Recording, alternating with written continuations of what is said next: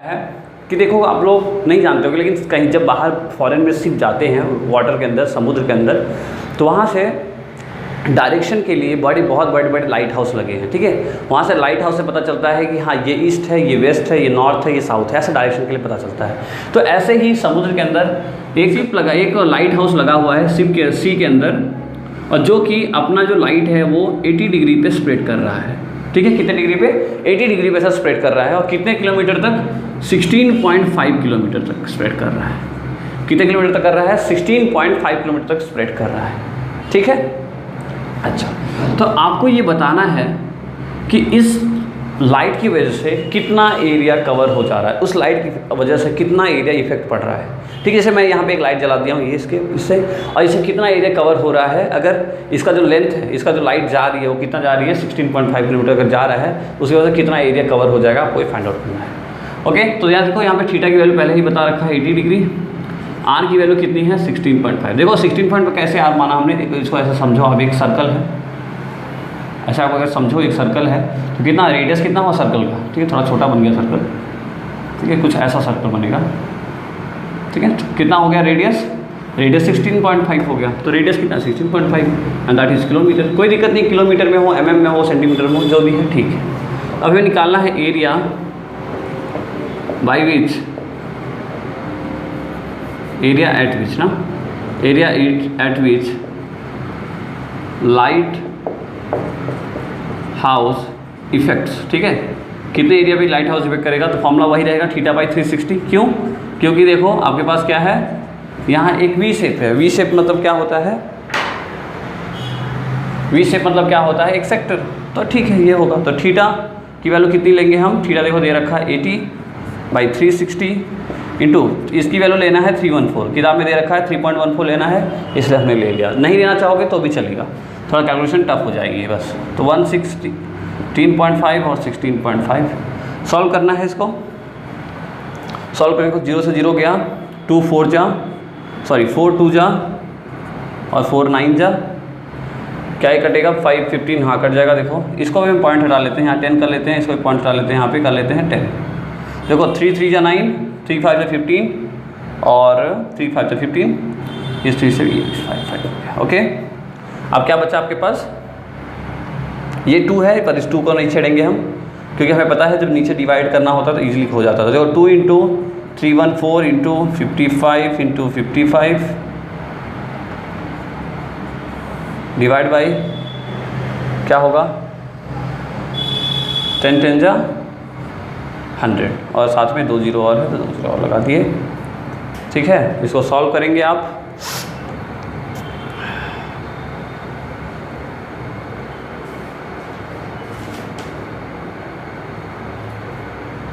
सो solve करने के बाद आएगा फाइनली 189.97 किलोमीटर स्क्वायर।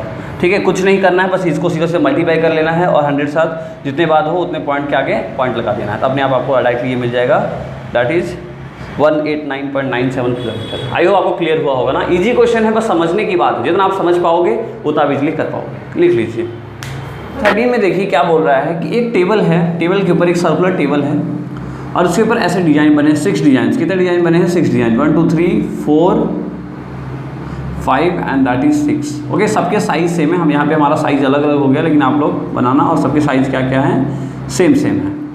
अच्छा, और क्या बोल रहा है?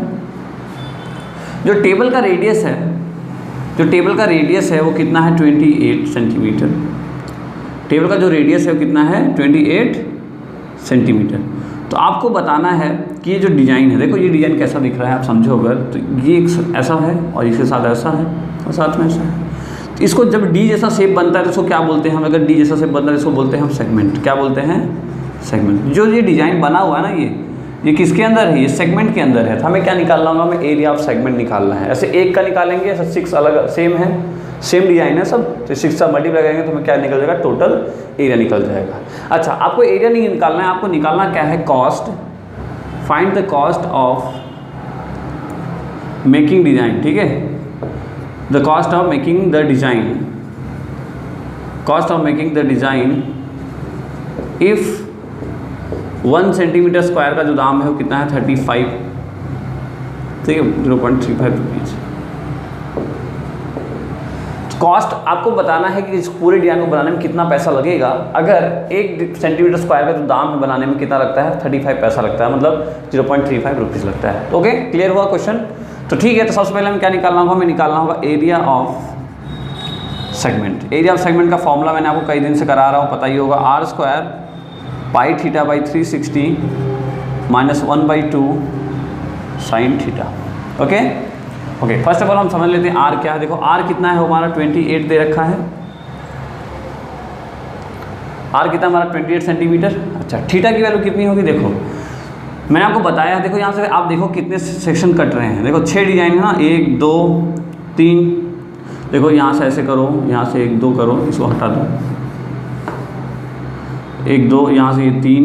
देखो ऐसे करोगे, अब देखो 1 design 2 design 3 design 4 design 5 design 6 design, मतलब कितने सेक्शन कट रहे हैं, ऐसे 6 सेक्शन कट रहे हैं। तो आपको क्या करना है, थीटा के लिए निकालने के लिए क्या करना पड़ेगा, 360 में से क्या डिवाइड करना, जितने सेक्शन कटते हैं उतना डिवाइड करते हैं। तो कितना आया, 60 डिग्री। कितना आया थीटा की वैल्यू, 60 डिग्री। सारी वैल्यू यहाँ पे रखेंगे हम।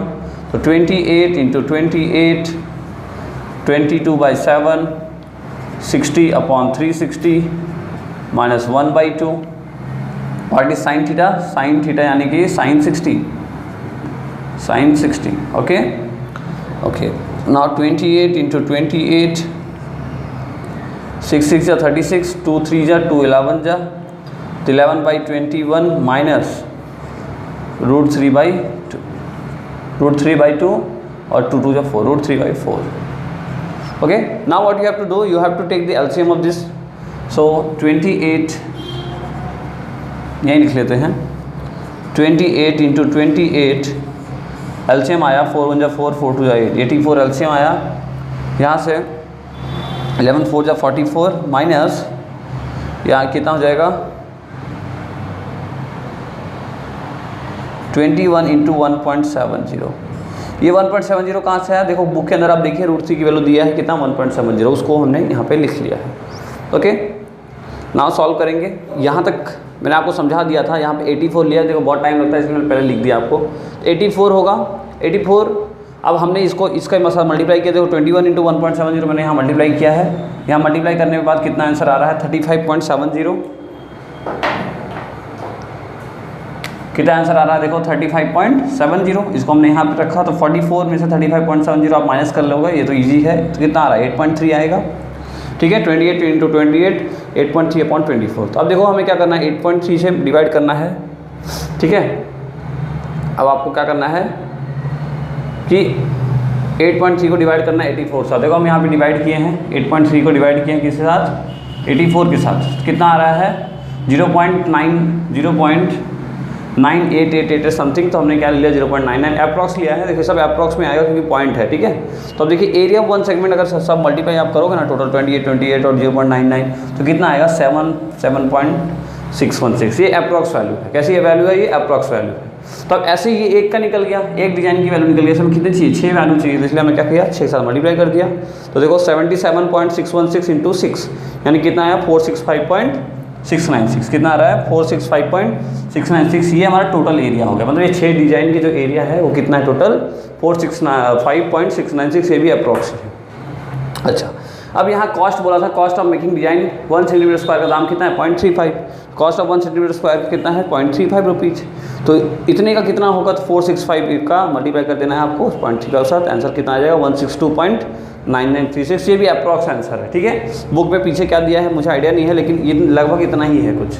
तो आप देख लेना इसको, 162.9936 rupees, that is approx rupees. Okay, so note कर लीजिए, बहुत इंपॉर्टेंट क्वेश्चन है। ठीक है, मोस्ट इंपॉर्टेंट क्वेश्चन है, नोट कर लेंगे, समझ के नोट कर लीजिए अच्छे से।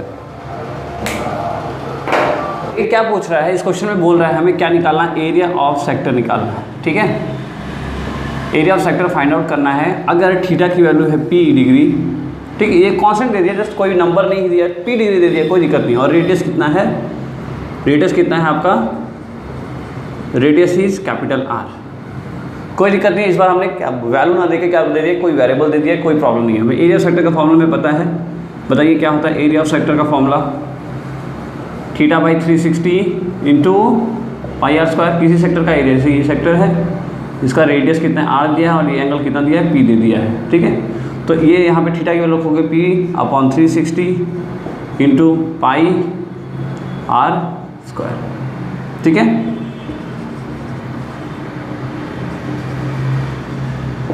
And that is the answer pi p r square. Okay, देखिए मैंने ऑप्शन लिख दिया है। अब आप देखोगे ये आंसर तो किसी साथ मैच ही नहीं कर रहा है और नन ऑफ दीज भी अब आंसर नहीं। तो बताओ इसमें से कौन सा आंसर होगा। तो देखो अब ध्यान से कि ये देखो यहाँ पे 2πr है, 2πr वाला तो हो ही नहीं सकता, क्योंकि क्या है, इससे क्या निकालते हैं हम, इससे निकालते हैं हम सेगमेंट निकालते हैं, ओ सॉरी सेगमेंट नहीं, इसमें क्या हम लेंथ सर्कमफ्रेंस ऑफ सेक्टर निकालते हैं। ये क्या निकाल रहे हैं हम, एरिया निकाल रहे हैं, लेकिन 2πr जहाँ पे आता है वहाँ पे हम क्या फाइंड आउट करते हैं, वहाँ पे हम निकालते हैं सर्कमफ्रेंस ऑफ सर्कल। तो ये दोनों तो पॉसिबल नहीं, तो ए और सी तो नहीं हो सकता। अब ऑप्शन बी और डी में से हो सकता है। देखो क्या हो सकता है, p/180 into pi are square, यहाँ है p/720 into 2πr square.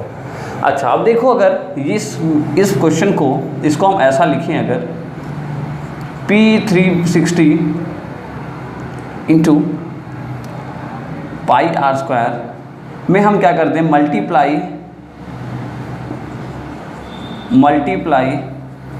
And divide by 2। देखो अगर आपने कोई सेम नंबर से मल्टीप्लाई और डिवाइड किया तो क्या 2 कट जाएगा, आंसर आएगा 1।